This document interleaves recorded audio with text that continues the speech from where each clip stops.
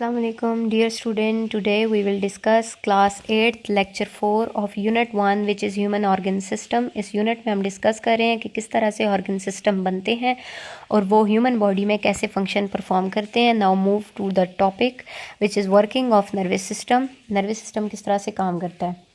Nervous system coordinate all body function. It also detect changes in the environment and produce response to the changes. Nervous system जो है वो body के साथ मिल के काम करता है. ये डिटेक्ट कर लेता है एनवायरनमेंट में होने वाली चेंजिंग्स को. आइदर वो एक्सटर्नल चेंजेस है या इंटरनल चेंजेस है, हमारी बॉडी के अंदर होने वाली चेंजिंग्स है या बाहर जो भी चेंजिंग्स है उनको डिटेक्ट कर लेता है और उसको रिस्पॉन्स प्रोड्यूस करता है. ठीक है. स्टिमुलस क्या होता है. Any change in the environment that can be detected by a receptor to initiate a nerve impulse is called stimulus. Environment में होने वाला कोई भी change जिसको हमारे receptors जो हैं वो detect करें और उसके result में nerve impulse initiate हो जाए उसको कहते हैं stimulus. Like heat, cold. heat हो गई, cold हो गई, ठंड, गर्मी, कोई आवाज़. ठीक है, ये हमारे लिए एक stimulus है. उसको रिसेप्टर रिसीव करते हैं और नर्व इम्पल्स जो है वो इनिशिएट हो जाती है, उसको कहते हैं रिसेप्टर. नेक्स्ट है हमारे पास रिसेप्टर्स क्या होते हैं. What is receptors. Special organs, cells और tissues which detect stimuli are called receptor.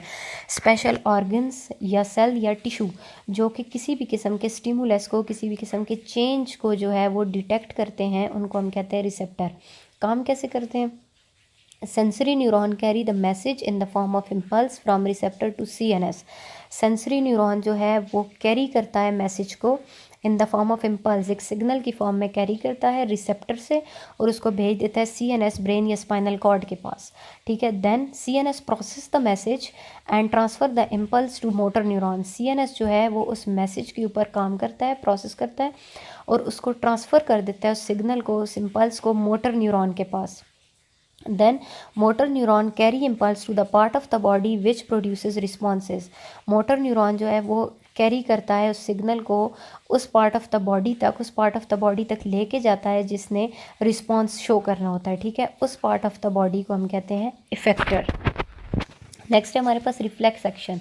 Reflex action क्या होता है. An immediate and involuntary response to a stimulus is called reflex action. These are the sudden and automatic response of the body which show for certain stimulus. Immediate, बहुत quick और involuntary, खुद ब खुद होने वाला रिस्पॉन्स है किसी भी स्टिमुलस के अगेंस्ट, किसी भी चेंज के अगेंस्ट बहुत तेज़ी से और ख़ुद ब खुद हो जाने वाला जो रिस्पॉन्स है उसको हम कहते हैं रिफ्लेक्स एक्शन.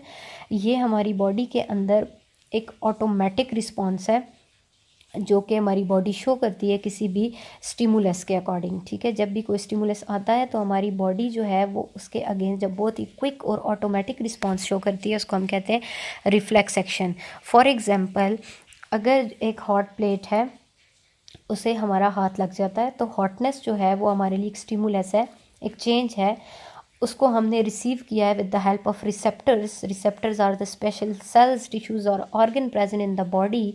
उन्होंने उसको रिसीव किया है. रिसेप्टर्स लाइक स्किन हो गई, उसने उसको रिसीव किया. स्किन में मौजूद हमारे पास सेंसरी न्यूरॉन्स हैं जिन्होंने उस सिग्नल को कैरी कर लिया है रिसेप्टर से और लेके गए हैं स्पाइनल कॉर्ड के पास. स्पाइनल कॉर्ड में मौजूद है एसोसिएटिव न्यूरॉन जिन्होंने उस सिग्नल के ऊपर प्रोसेस किया है और भेज दिया है उसे मोटर न्यूरॉन के पास. अब मोटर न्यूरॉन वो सिग्नल लेके जाएगा इफेक्टर के पास. इफेक्टर वो बॉडी ऑर्गन है, वो बॉडी पार्ट है जिसने उसको रिस्पॉन्स करना है.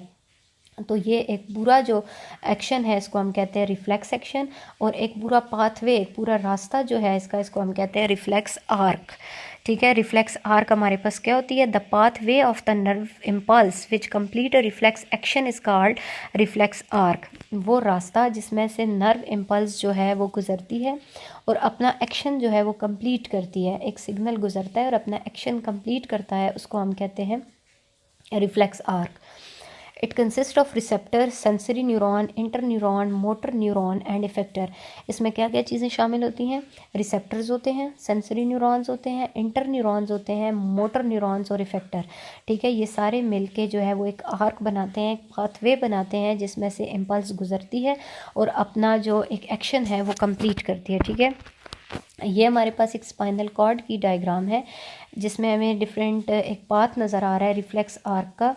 एक हाथ है जिसको हीट मिली है. हीट जो है वो उसका स्टिमुलस है, उसको रिसीव किया है रिसेप्टर्स ने जो कि स्किन सेल्स हैं.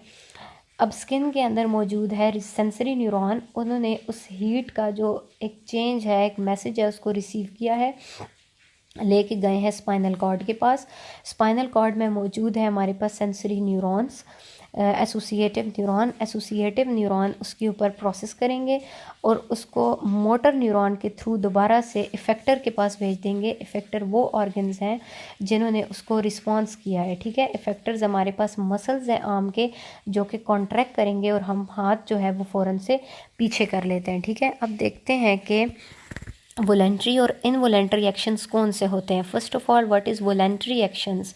The action perform under the conscious control. ऐसे एक्शंस जो हमारे कंट्रोल में होते हैं उनको कहते हैं voluntary action. For example, we pick up a glass of juice. हम जब एक जूस का ग्लास पिकअप करते हैं वो हमारे कंट्रोल में होता है, हम खुद पिक करते हैं।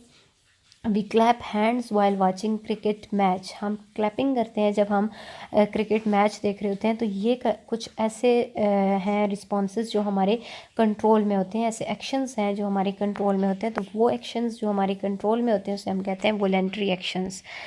Involuntary actions, these are also known as autonomic actions. इनको ऑटोनोमिक एक्शंस भी कहते हैं। These action perform unconsciously. ये खुद ब खुद होते हैं, हमारा इन पे कोई कंट्रोल नहीं होता। We have no consciousness of what are organ are doing. हमारा कंट्रोल नहीं होता कि हमारे ऑर्गन क्या कर रहे हैं। For example, our heart beat, जैसे हमारी हार्ट बीट हो गई। ब्लिंकिंग ऑफ आई, जैसे हमारी आँख का झपकना हो गया। आँख का झपकना, हार्ट बीट, डाइजेस्टिव सिस्टम की जो काम है, सांस लेना, ये चीज़ें हमारे कंट्रोल में नहीं होती, ठीक है। ये खुद ब खुद हमारी जो ऑर्गन्स हैं वो परफॉर्म कर रहे होते हैं, तो इनको कहते हैं इनवॉलेंट्री एक्शंस। तो ये था आज का हमारा टॉपिक जिसमें हमने वर्किंग पढ़ी है नर्वस सिस्टम की। Thank you.